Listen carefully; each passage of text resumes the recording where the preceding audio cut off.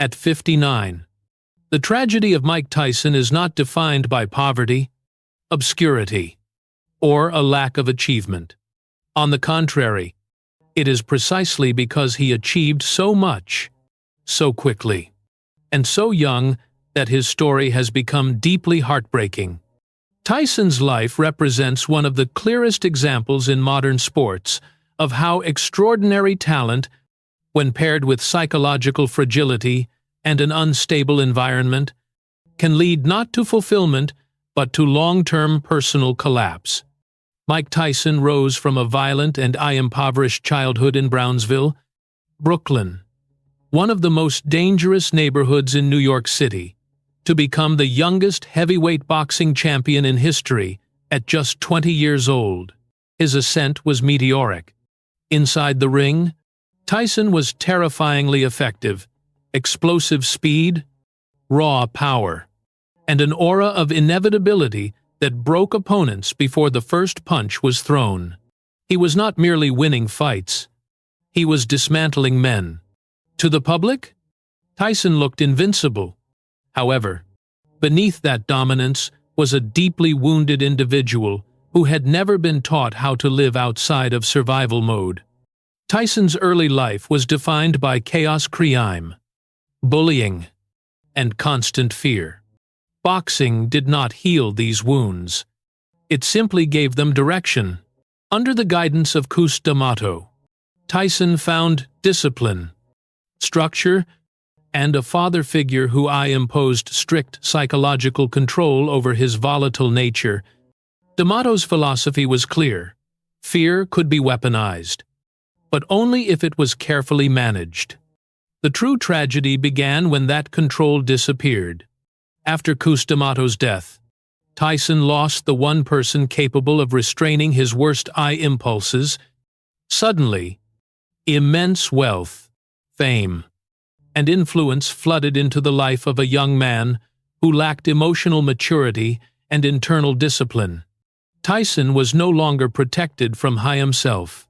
Instead, he was surrounded by enablers, people who profited from his success but offered no moral or psychological guidance. This is where Tyson's tragedy differs from a simple narrative of self-destruction. His downfall was not the result of a single bad decision, but of a system that elevated a damaged young man into global stardom without providing the tools needed to survive it. The public celebrated his violence in the ring, while ignoring the violence within him. When that inner chaos eventually spilled outward through legal troubles, addiction, and erratic behavior, society was quick to condemn what it had once glorified. Mike Tyson's story is heartbreaking not because he failed, but because his failure was predictable. The same qualities that made him a champion, rage, fear, and relentless aggression, were allowed to define his entire identity. No alternative self was ever developed. When boxing could no longer contain those forces, there was nothing left to hold his life together. At 59, Tyson stands as a reminder that greatness achieved without inner stability is not triumph, but delay. The tragedy is not that he fell from the top, it is that he was never taught how to stand there. Following his rapid ascent, Mike Tyson's fall was not sudden, but relentless. Once the discipline imposed by Cus D'Amato vanished, Tyson's life began to drift without structure or restraint. Success had insulated him from accountability, and fame distorted his sense of reality. Inside the ring, he was still winning, but outside of it, the foundations of his life were already eroding. Tyson's increasing dependence on drugs and alcohol was not merely recreational excess. It was symptomatic of a deeper psychological void. He had been trained to fight, intimidate, and dominate, but never to process emotion, vulnerability, or self-reflection. Without boxing as a constant outlet, his aggression turned inward and outward, simultaneously. Relationships deteriorated, trust disappeared, and paranoia replaced focus. The very intensity that once made Chaim unstoppable became uncontrollable. The public collapse reached its most visible stages in the 1,990 seconds. Legal troubles, most notably his conviction and imprisonment, permanently altered both his career trajectory and public image. For many observers, this moment marked the end of Tyson as a legitimate sporting figure. Yet, from a deeper perspective, it represented something more tragic. The first teammate Tyson was truly forced to stop moving forward. Prison removed the noise, the entourage, and the constant validation. It confronted him with silence, a condition he had never been prepared to endure. Even after his release, Tyson was unable to rebuild what had been lost. Financial ruin followed athletic decline. Despite earnings that once exceeded hundreds of millions of dollars, the infamous incident involving Evander Holyfield symbolized the final unraveling of Tyson's identity as a champion. It was no longer fear he projected, but desperation. The aura that once dominated boxing dissolved into spectacle and controversy. What makes Tyson's story especially heartbreaking at 59 is not the memory of these events, but the clarity with which he now speaks about them. In interviews, podcasts, and public reflections, Tyson does not defend his past. Instead, he dissects it. He openly acknowledges his insecurity, his self-loathing, and his inability to handle love, power, or responsibility. This level of awareness, while admirable, arrives too late to change outcomes that are permanently fixed in history. The tragedy, therefore, is temporal. Wisdom came after damage. Insight followed loss. Tyson did not lack intelligence or sensitivity. He lacked timing. By the time, he understood the cost of ego, addiction, and unchecked trauma. The prime years of his life were gone. Titles cannot be reclaimed. Reputations cannot be fully repaired. Certain relationships cannot be restored. Yet his story is not entirely devoid of meaning. In survival itself, Tyson has achieved a quiet victory. Unlike many figures consumed by excess and violence, he remains alive, reflective, and capable of offering hard-earned lessons. His life now serves as a cautionary narrative rather than a triumphant one. At 59, Mike Tyson embodies a rare and painful truth. Self-awareness does not guarantee redemption, but it does offer understanding.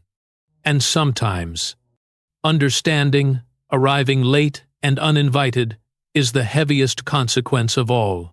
At 59, Mike Tyson's life is no longer defined by championship belts or devastating knockouts, but by the meaning extracted from what remains. Legacy, in his case, is complicated. He is remembered simultaneously as one of the most dominant heavyweight boxers in history and as one of the most cautionary figures in modern sports. These two truths are inseparable, and together they form the essence of his lasting impact. From a purely athletic perspective, Tyson's achievements are unquestionable. His speed, power, and ferocity permanently altered how heavyweight boxing was perceived. At his peak, he represented a near-perfect synthesis of physical talent and psychological intimidation. Fighters did not merely lose to Tyson. They unraveled. That legacy endures in highlight reels, record books, and the reverence of boxing purists who understand how rare such dominance truly was. Yet, legacy is not built solely on performance. It is shaped by context, character, and consequence. Tyson's post-peak years forced the public to confront uncomfortable questions about how society creates, consumes, and discards its champions. He was celebrated for violence when it generated profit, and condemned for it when it became inconvenient. In that sense, Tyson is not only an individual tragedy, but also a systemic one. His life exposes the moral contradiction at the heart of celebrity culture. The most enduring lesson of Tyson's story lies in the distinction between power and control. Tyson possessed immense power, physical, financial, and symbolic, but lacked the internal framework to manage it. Without emotional literacy, ethical grounding, or long-term mentorship, power becomes corrosive. This lesson extends far beyond boxing. It applies to entertainers, entrepreneurs, athletes, and anyone elevated faster than they can psychologically adapt. In recent years, Tyson has re-emerged not as a champion, but as a narrator of his own mistakes. He speaks openly about trauma, ego, and the destructive illusion of invincibility. There is no attempt to rebrand himself as a hero. Instead, he positions himself as evidence, living proof of what happens when pain is ignored and identity is reduced to performance.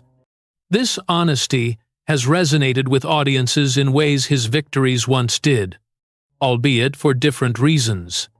What ultimately makes Tyson's legacy so haunting is that it resists simple judgment. He is neither purely villain nor misunderstood victim.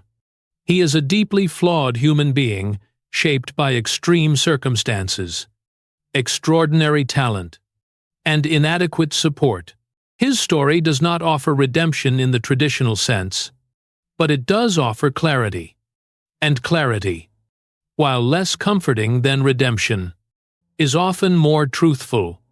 At 59, Mike Tyson stands as a symbol of unrealized balance. He had the potential to be not only a great fighter, but a stable and fulfilled individual. That potential was never fully realized. However, the lessons drawn from his life may yet prevent similar outcomes for others. In the end, Tyson's legacy is not about how hard he hit, but about what his life reveals: that greatness without self-understanding is fragile, and success without inner discipline carries a cost that time will always collect. As Mike Tyson enters his late 50s, the most significant transformation in his life is not physical, but philosophical. The aggression that once defined his public identity has gradually been replaced by introspection. This shift forces a difficult but necessary question: where does personal responsibility end? And where does systemic failure begin? Tyson's life sits precisely at that uncomfortable intersection. It would be inaccurate to portray Tyson solely as a victim of circumstance. He made decisions that caused real harm to others and to himself. And he has acknowledged that truth without deflection. Accountability remains essential to understanding his story. Yet, responsibility does not exist in a vacuum. Tyson was thrust into an environment that rewarded excess, discouraged vulnerability, and monetized instability.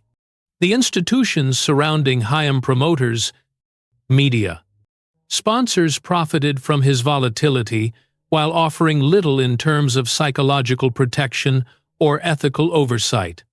This dynamic reflects a broader pattern in the treatment of prodigious talent. Society is eager to extract performance, but reluctant to invest in long-term well-being.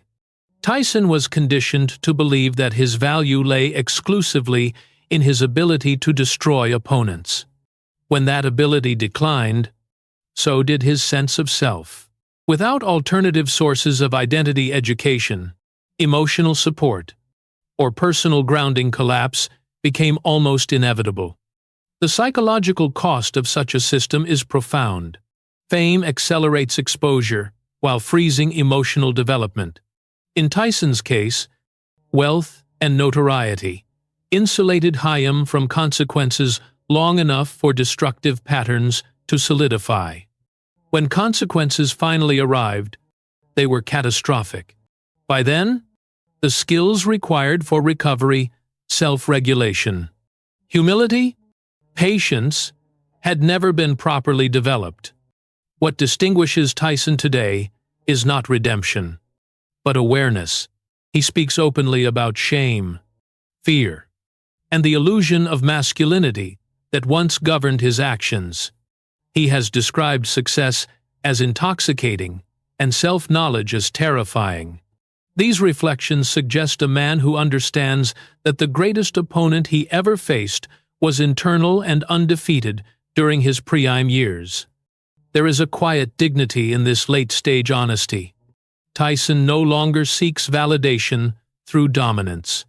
Instead, he participates in conversations about mental health, trauma, and identity topics that were absent from the culture that shaped him. While this does not erase past damage, it reframes his remaining influence. He is no longer a cautionary tale told by others. He is a witness, speaking for himself. Ultimately, the human cost of fame is not measured in lost titles or squandered money, but in delayed self-understanding. Tyson's life illustrates how recognition can arrive long before readiness, and how applause can drown out the need for guidance. His story challenges the assumption that success naturally produces wisdom. In reality, it often postpones it. At 59, Mike Tyson embodies a sobering truth. Growth is possible at any age, but timing matters. The world may remember Haim for his fists, but his final contribution may be far quieter, an unvarnished account of what it costs to confuse power with purpose, and fame with fulfillment. As Mike Tyson moves deeper into the later stages of his life, the conversation around Haim inevitably shifts from redemption or failure to memory and mortality. Time has reduced the immediacy of his scandals and softened the edges of his dominance, leaving behind a more complex question: how will he ultimately be remembered? And what, if anything, will endure beyond the spectacle of his rise and fall?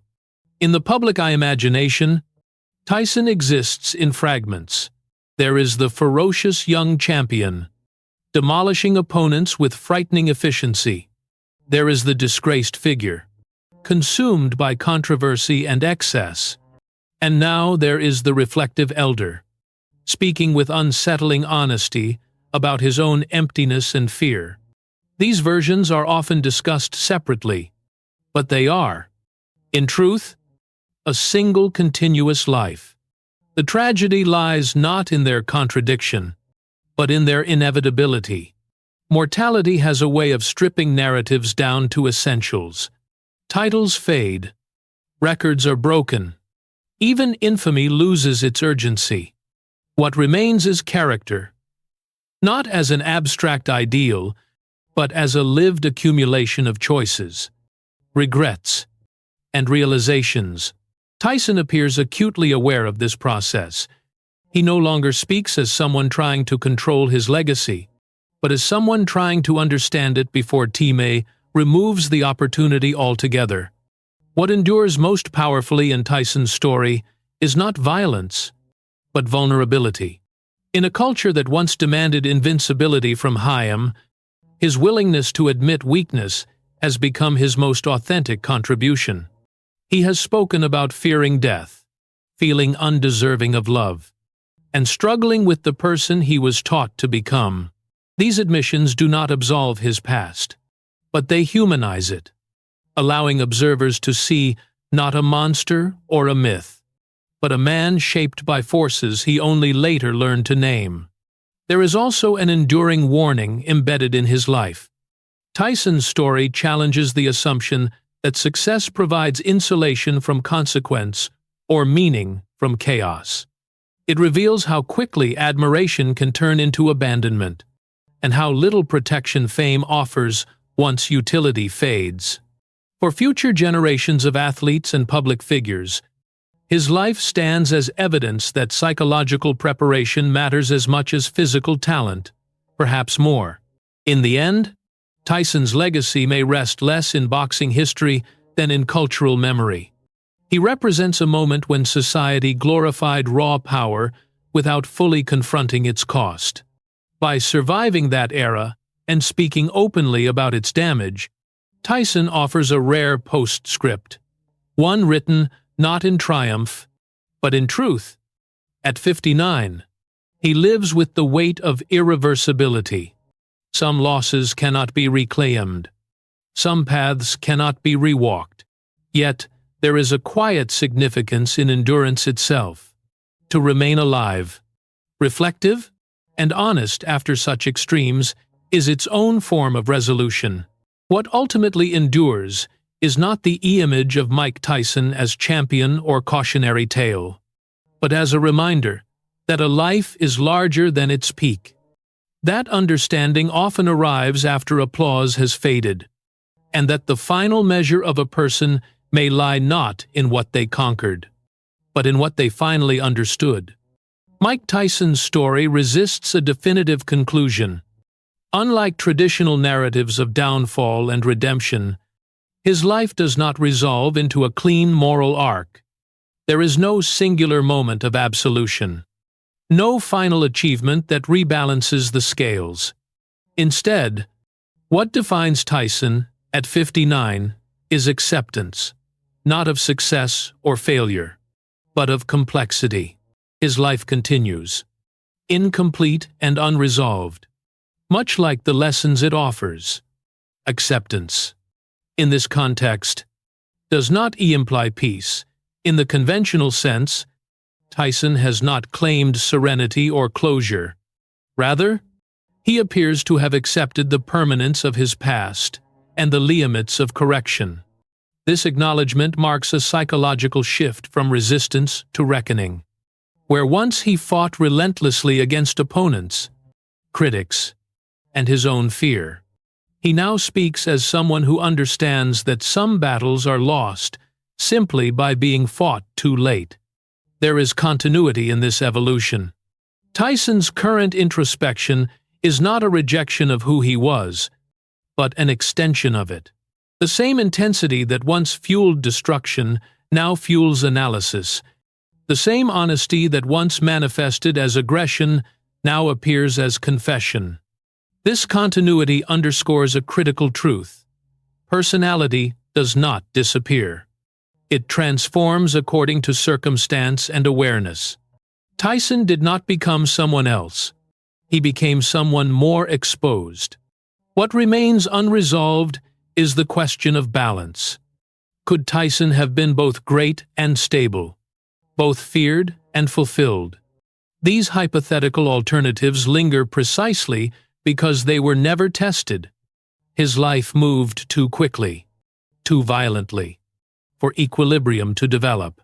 The absence of balance is not a flaw in the story. It is the story.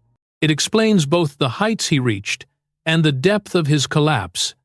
In broader terms, Tyson's life challenges the cultural obsession with resolution. Society prefers narratives that end in redemption, punishment, or triumph. Tyson offers none of these neatly. He exists in the aftermath, where consequences remain, but meaning is still negotiated. This unsettled state may be uncomfortable, but it is also honest. Most lives do not conclude with clarity. They continue with reflection. At 59, Tyson occupies a rare position. He is both subject and analyst of his own myth. He does not deny the damage he caused, nor does he allow it to define Chaim entirely. This tension between ownership and limitation may be the most mature stance available to Chaim. It acknowledges responsibility without pretending to rewrite history. The final significance of Mike Tyson may lie not in answers, but in endurance of inquiry. His life encourages sustained examination of how talent is shaped, how trauma is mismanaged, and how understanding often arrives without the power to change outcomes. That is not a comforting lesson, but it is a necessary one. A life without a clean ending is not a failed life. It is a human one, and in accepting that reality, Mike Tyson offers a final, understated contribution: permission to view greatness, failure, and growth not as destinations, but as overlapping conditions that persist long after the spotlight fades. When the details of Mike Tyson's life are eventually absorbed into history, what will matter most is not the chronology of fights or the catalogue of mistakes, but what his story represents beyond the individual. Tyson is no longer merely a former champion or a fallen icon. He has become a symbol through which broader truths about talent, trauma, and society can be examined with unusual clarity. At its core, Tyson's life exposes the fragility of identity built on singular purpose. From an early age, he was defined almost exclusively as a weapon-trained, celebrated, and feared for his capacity to inflict damage. This narrow definition produced extraordinary results in the short term, but it left no space for psychological resilience. When the function ended, the identity collapsed. Tyson represents the danger of confusing usefulness with worth, a mistake that extends far beyond sports. He also embodies the long-term consequences of untreated trauma. Modern discussions of mental health frequently emphasize awareness and early intervention concepts that were largely absent during Tyson's formative years. His behavior was labeled as volatility, aggression, or moral failure, rather than recognized as the expression of unresolved fear and insecurity. In this sense, Tyson stands as a case study in what happens when trauma is exploited rather than addressed. There is also a societal dimension to his story that cannot be ignored. Tyson was both elevated and abandoned by the same culture. His violence was marketable when it entertained, and intolerable when it disrupted comfort. This pattern reveals a transactional relationship between society and its icons. Admiration is conditional, and loyalty is fleeting. Tyson's life illustrates how quickly public narratives shift once utility declines. Yet, representation is not destiny. What makes Tyson's story resonate decades later is his willingness to participate in its reinterpretation. He does not demand sympathy, nor does he resist scrutiny.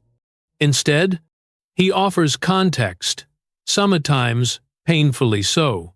By doing this, he transforms from object to agent, from spectacle to source. His voice complicates the narrative and prevents it from becoming purely judgmental or dismissive. In a broader human sense, Tyson represents the cost of delayed self-knowledge.